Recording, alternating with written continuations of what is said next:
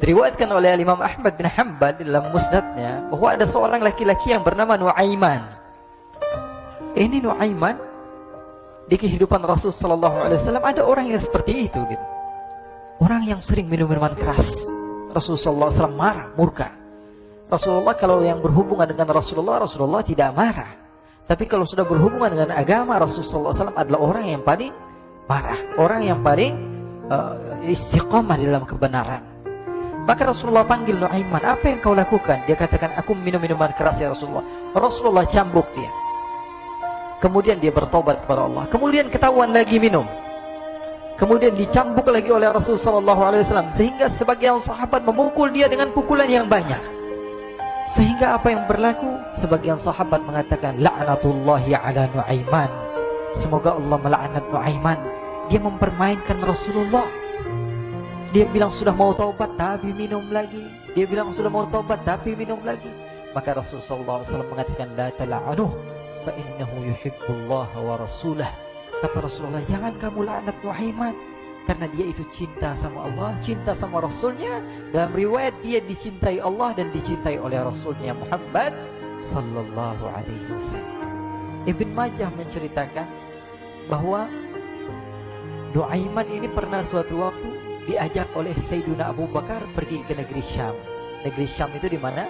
Seperti yang diceritakan tadi, antara daerah Suriah, Lebanon, Yordania, kemudian Palestina. Daerah seperti itu.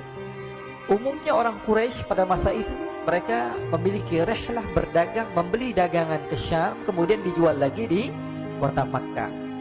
Ketika itu Rasulullah SAW didatangi Abu Bakar. Sayyidina Abu Bakar mengatakan kepada Rasulullah, ya Rasulullah, saya mau izin ya Rasulullah. Mau apa? Saya mau ajak dua sahabat kamu ini ikut berdagang ya Rasulullah. Siapa kata Rasul? Nuaiman. Kata Rasulullah, Nuaiman kamu mau ajak? Mau ngapain? Biar seru-seruan aja ya Rasulullah. Kata Rasulullah, ya sudah, saya izinkan kamu bawa Nuaiman. Ketika itu Sayyidina Abu Bakar membawa Nuaiman sama satu sahabat namanya Suwaibid ibn Harmalah. Siapa namanya? Suwaibid ibn Harmalah. Ini sahabat Rasulullah SAW yang memiliki sifat yang berbeda-beda. Kalau Nuaiman ini aneh. Pernah Rasulullah SAW dibawain makanan banyak, dikasih Rasulullah, dikasih sahabat semua. Semuanya sudah makan, tiba-tiba si Nuaiman ini, sahabat Nabi Nuaiman mengatakan kepada Rasulullah, ya Rasulullah, ini yang penjualnya, tolong engkau yang bayar ya Rasulullah. Makanan udah habis. Makanan udah habis. Rasulullah SAW bingung, saya yang bayar. Akhirnya Rasulullah katakan kepada sahabat, ayo keluarkan uang, kita patungan, kita bayar. Rasulullah aja dimainin, apalagi kita orang. Sallu ala Nabi Muhammad. Nuaiman diajak Sayyidina Abu Bakar. Kata Rasulullah SAW, benar kamu mau ajak Nuaiman? Iya ya Rasulullah. Diajaklah. Diceritakan dalam riwayat Ibn Majah, diceritakan juga dalam Siyar A'lamun Nubala, diceritakan juga dalam musnadnya Imam Ahmad bin Hanbal, dalam riwayat Imam Ahmad bin Hanbal. Maka diceritakan Nuaiman diajak oleh Sayyidina Abu Bakar. Sesampainya di negeri Syam, semua dibagi tugas. Fulan bin Fulan kerjaannya ini, Fulan bin Fulan kerjaannya ini. Semua memiliki kerjaan. Nuaiman tanya, wahai Abu Bakar, kerjaannya saya apa wahai Abu Bakar? Kata Sayyidina Abu Bakar, kamu mau ngapain terserah kamu wahai Nuaiman. Yang penting kamu ikut saya kan. Kemudian satu di antara mereka namanya Suwaibid ibn Harmalah. Ditanya oleh Sayyidina Abu Bakar, wahai Suwaibid, kamu mau kerjaan apa? Kata Suwaibid, terserah kamu wahai Abu Bakar. Kata Sayyidina Abu Bakar, kamu menjaga makanan, karena saya tahu kamu ini adalah orang yang senantiasa menjaga amanah. Suwaibid ini kalau disuruh maju dia maju, disuruh mundur dia mundur, disuruh ke kanan dia ke kanan, disuruh ke kiri dia ke kiri. Orang yang ikut aja. Kalau Nuaiman beda, disuruh maju dia ke belakang, kasih sen kanan ke kiri belok.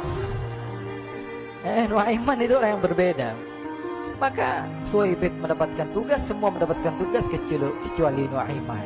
Sehingga ikhwani, apa yang berlaku, apa yang terjadi? Sayyidina Abu Bakar pergi sibuk dengan kesibukannya, sehingga datanglah waktu siang. Nuaiman sudah lapar. Nuaiman cari makanan. Dia nggak punya uang, diajak Sayyidina Abu Bakar tapi tidak diberikan uang. Sehingga dia cari-cari makanan, dia tahu Suwaibid yang jaga makanan, dikatakan, wahai Suwaibid, saya mau makan, berikan kepada saya satu roti saja. Yang terpenting apa? Saya makan sekarang, saya sudah lapar.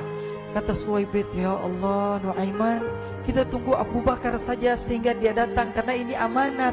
Amanat dari Abu Bakar, saya tidak boleh berikan kepada siapapun kecuali atas izin Abu Bakar. Kata Nuaiman, kasih saya makanan, kalau tidak saya bikin masalah sama kamu.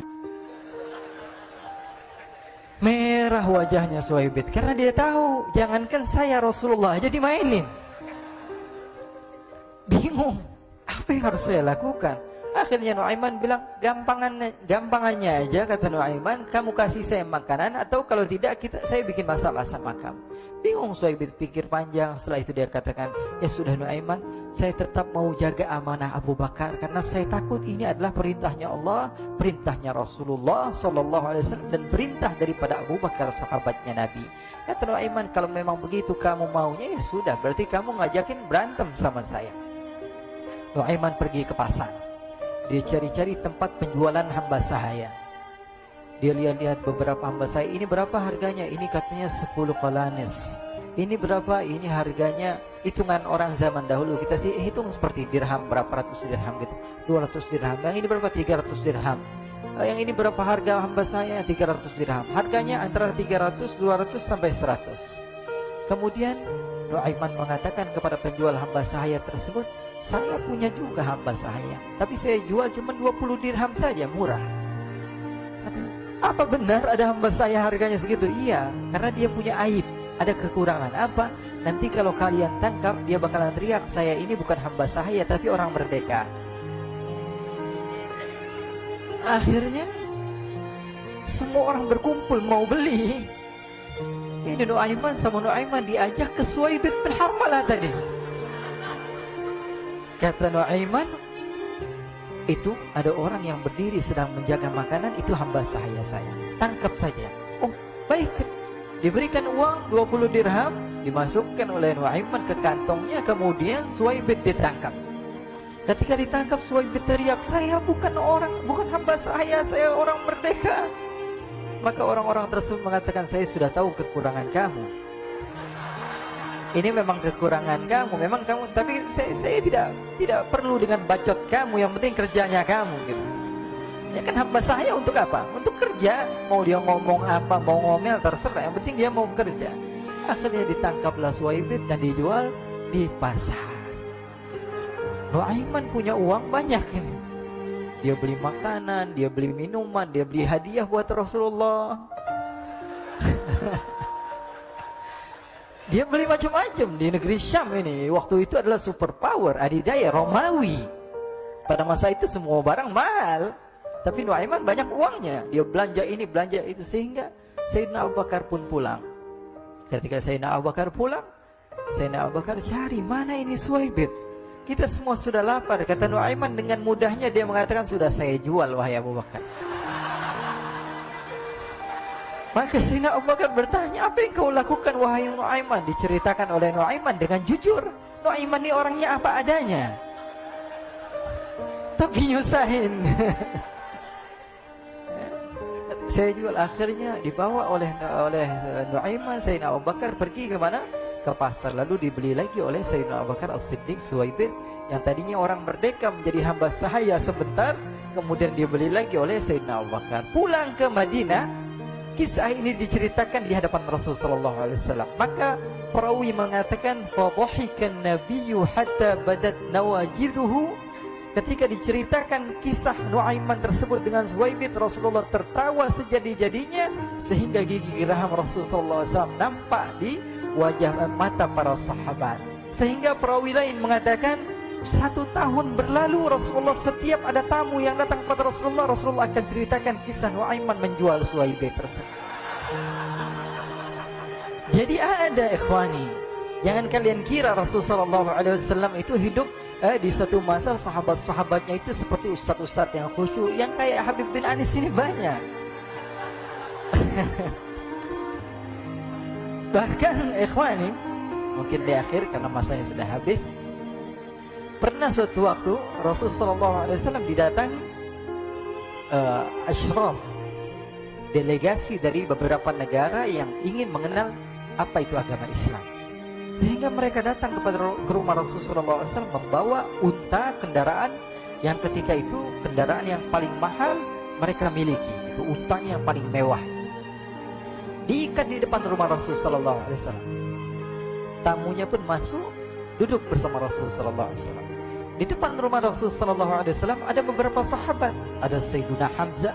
Kalian tahu Sayyidina Hamzah adalah orang yang pemberani. Ada Sayyiduna Umar. Kalian tahu Sayyidina Umar adalah orang yang pemberani. Ada Sayyiduna Ali bin Abi Thalib. Ada Sayyiduna Sa'ad bin Abi Waqqas. 4 sahabat ini lagi nongkrong gitu depan rumahnya Rasul sallallahu alaihi wasallam, berjaga sebelum Allah Subhanahu wa taala turunkan ayat wallahu ya'simuka minan nas. Ketika mereka sedang asyik duduk, tiba-tiba Nu'aiman datang. Ini Nu'aiman kalau datang pasti bikin sesuatu yang aneh.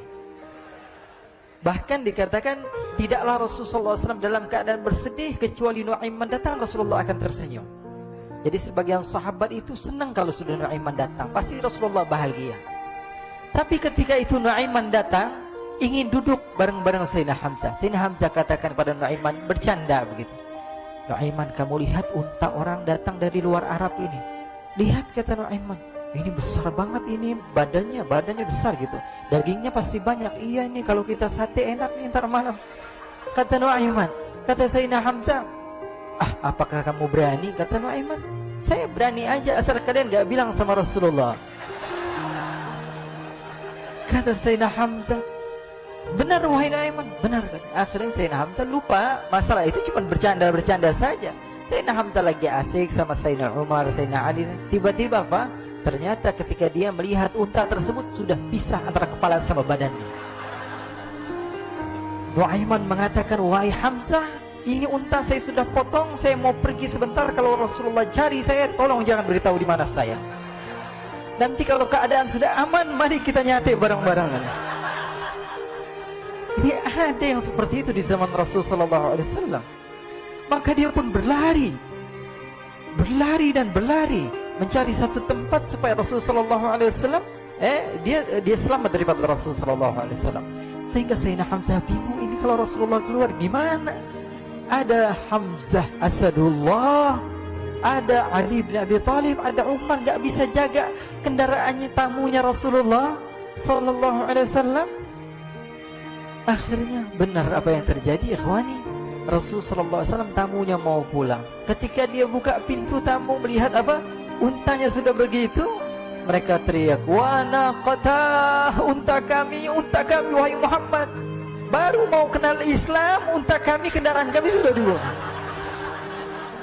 Rasul sallallahu alaihi wasallam lihat Sayyidina Hamzah, lihat Sayyidina Ali. Mereka nggak bisa ngomong, mereka hanya bilang apa? Nu'aiman ya Rasulullah. Rasulullah perintahkan Sayyidina Umar, wahai Umar, sekarang kamu ambil uang, kemudian kamu gantikan, kemudian kamu berikan 2 kali lipat daripada harta unta ini, sehingga apa? Agama Islam tidak didengar dengan sesuatu yang tidak baik di luar sana. Akhirnya diberikan harta, diberikan unta yang baru dan diberikan harta yang lebih untuk orang tersebut, sehingga orang tersebut tidak menjelek-jelekan agama Islam. Kata Rasulullah SAW, dan sekarang waktunya kita balas dendam sama Nu'aiman. Nu'aiman ternyata berlari tempat yang jauh sampai hampir keluar dari kota Madinah. Dia dapatkan seorang sahabat Nabi yang hadir juga dalam peperangan Badar, namanya Al-Miqdad bin Al-Aswad. Siapa namanya? Al-Miqdad bin Al-Aswad ketika itu sedang menggali sumur.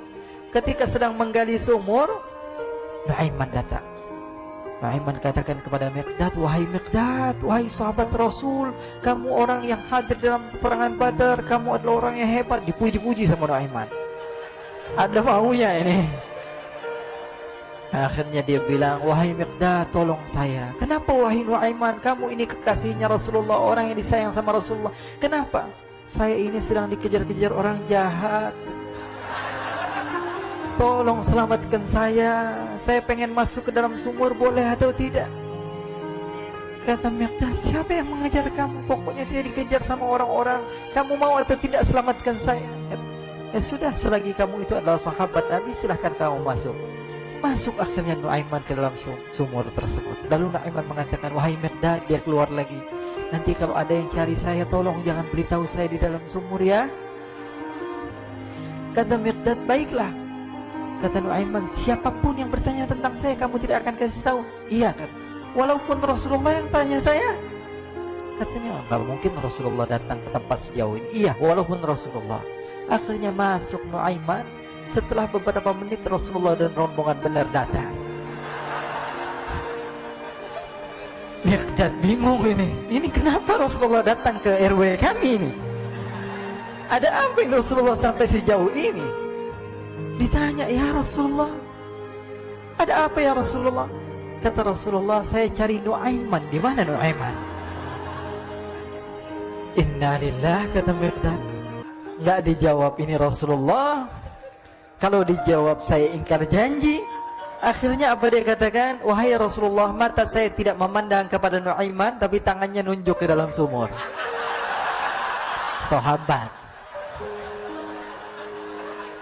Apa dia bilang? Mata saya tidak melihat kepada Nuaiman, tapi tangannya nunjuk ke sumur. Akhirnya dibuka sama Rasulullah, Nuaiman muncul. Kata Rasulullah, Nuaiman, kamu bikin malu saya, wahai Nuaiman. Ya Rasulullah, yang bersalah bukan saya, tapi orang yang mencari saya bersama kamu, ya Rasulullah. Akhirnya Rasulullah nengok, siapa? Ternyata Nuaiman sudah lari kabur. Sallu ala Nabi Muhammad. Kisah-kisah seperti ini sebenarnya banyak sekali, ya. Ini menunjukkan kepada kita bahwa kehidupan Rasulullah itu begitu indah. Rasulullah SAW, kalau kamu mau menjadi orang yang baik, contoh Rasulullah. Mau menjadi bapak yang baik, contoh Rasulullah. Mau menjadi pemimpin peperangan yang baik, Rasulullah. Mau menjadi murid yang terbaik, contoh Rasulullah. Bagaimana akhlak Rasulullah. Mau menjadi suami yang baik, contoh Rasulullah. Dalam segala hal, apapun itu Rasulullah SAW adalah makhluk yang paling terbaik.